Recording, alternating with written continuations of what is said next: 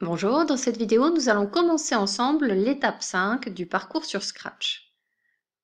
J'ai ouvert dans la fenêtre de droite le fichier prêt à dessiner 2 et je vais regarder les différents parcours que je dois tracer.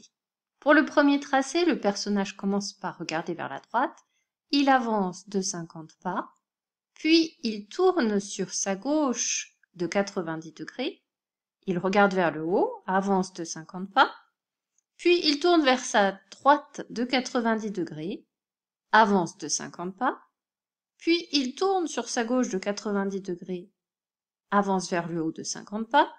En fait, je suis en train de me rendre compte que je répète plusieurs fois la même chose. Le bloc que je répète plusieurs fois, c'est le suivant. Avancer de 50 pas, tourner vers la gauche de 90 degrés, avancer de 50 pas et tourner vers la droite.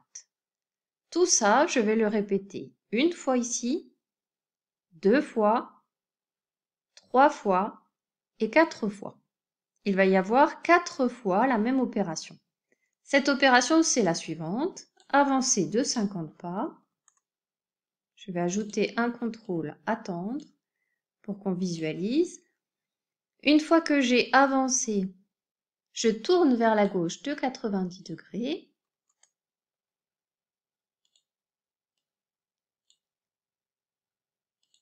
J'avance à nouveau de 50 pas.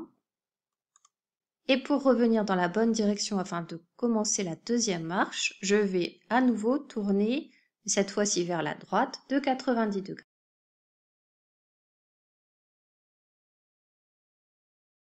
Je me place dans la fenêtre principale et j'appuie sur le bouton 1. Voilà mon premier motif. Ce motif-là, je dois le répéter 4 fois. Je pourrais très bien copier ces lignes et les coller à la suite. Mais plus un programme comporte de lignes et plus il va être long à l'exécution. Donc l'idéal, ce serait de réduire le nombre de lignes. Et pour ça, j'ai une boucle. Ici, il y a marqué répéter 10 fois. Je peux changer le nombre de répétitions. Je prends cette boucle et je vais essayer de glisser toutes mes briques à l'intérieur. Je vois bien que tout le bloc a été pris et je vais changer le nombre de fois ici, répéter 4 fois. Voyons ce qui se produit quand j'appuie sur la touche 1. Première fois, deuxième fois, troisième fois et quatrième fois. Voilà pour la construction du premier tracé. Maintenant pour les autres tracés, je vais te laisser faire toi-même. Pour les autres tracés, l'utilisation de la boucle répétée nécessiterait de connaître autre chose. Tu vas donc les réaliser sans utiliser de boucle répétée, comme dans le programme numéro 4.